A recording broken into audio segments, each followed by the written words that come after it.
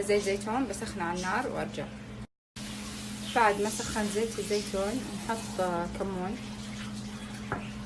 وزنجبيل بودرة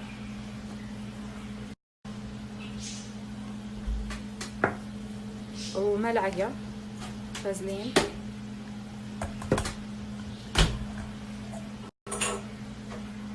نفس الشيء ملعقة فيكس.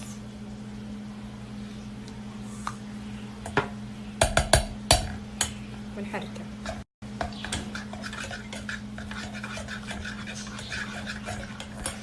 الحين نجيب علبة فاضية، وهذا هو اللي سويناه خلاص ذاب.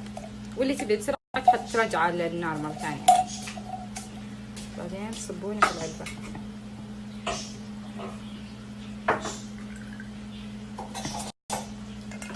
تتركونه شوي كذا هو بيجمد، بيكون قوامه كريم مثل الفازلين. وهذه الخلطة بعد ما بردت شوف شلون كأنه فازلين كذا، كأنه فازلين نفس قوام الفازلين. طبعا بقول لكم انا فوائدها وكيف تستخدمونها.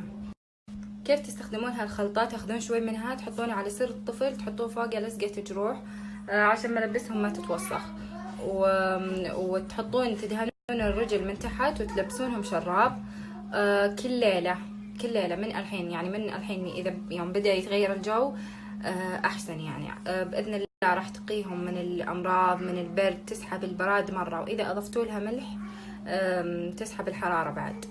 فمع هالخلطة بإذن الله أنكم راح تنسون المستشفيات هالشتاء. جربوها وراح تدعوا لي.